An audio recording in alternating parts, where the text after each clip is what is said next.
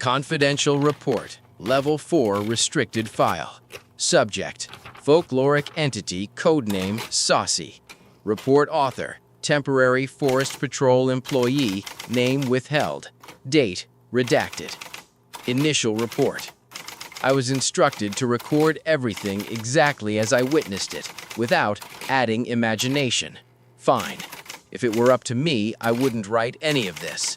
It happened between kilometer 23 and 25 of the Pinyon Reserve Trail during the night patrol. The area already had a history of strange occurrences, circular footprints, whirlwinds that appeared out of nowhere, small spontaneous fires. Until that night, I thought it was just caboclo's superstition. At 0047, the radio started crackling on its own. It sounded like laughter, short, as if someone were blowing into the equipment. 2 minutes later, I spotted a small whirlwind about 10 meters away.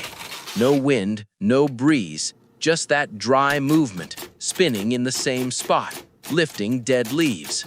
When I got closer, it simply dissipated and left behind the smell of field smoke, like burnt tobacco.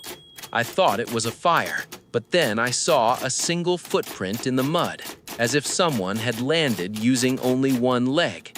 Visual contact. At 0059, I heard a whistle, long, perfectly tuned. It wasn't a bird. It came from the top of a tree, as if someone were calling me. When I pointed my flashlight, I caught the silhouette for half a second. Small, thin, wearing a vibrant red cap, with the right leg bent against the trunk, as if living with only one leg were natural. But the eyes, they glowed like campfire embers. I swear I saw it smile. It wasn't a human expression. It was too wide. Physical interference. When I turned back to the trail, I felt a tug on my holster. The weapon was gone. I didn't hear footsteps. I didn't hear anyone running. Only the same whistle, now more mocking, echoing among the trees. Then an object fell at my feet. It was my weapon, disassembled, piece by piece, as if someone had done it for fun. There is no creature that fast. There isn't.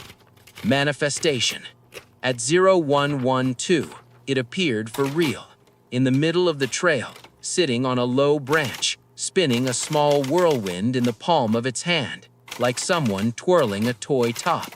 The red cap looked damp, dripping something dark. It spoke, but the voice sounded like a mix of laughter and breath. You shouldn't walk alone in the forest at night, boy. There are things that live in the wind and like to play. I couldn't answer. I felt pressure in my chest, as if the air were being pulled out of me. It continued. But don't worry. I only cause trouble. The one who hurts is another. The whirlwind burst as if it had hit an invisible wall. All the leaves around us rose at once and fell heavily. When I opened my eyes, it was already gone. Consequences. Every time I try to sleep, I hear that whistle. The radio keeps crackling even when it's turned off. And my left boot, it's always full of dirt in the morning, as if I walked using only one leg. I know what the locals say. The Saci isn't evil. He just likes laziness and mischief. But what I saw in that forest wasn't innocent. It was too old. It knew too much. It played with things that shouldn't be touched. I request immediate transfer to any post far from forested areas.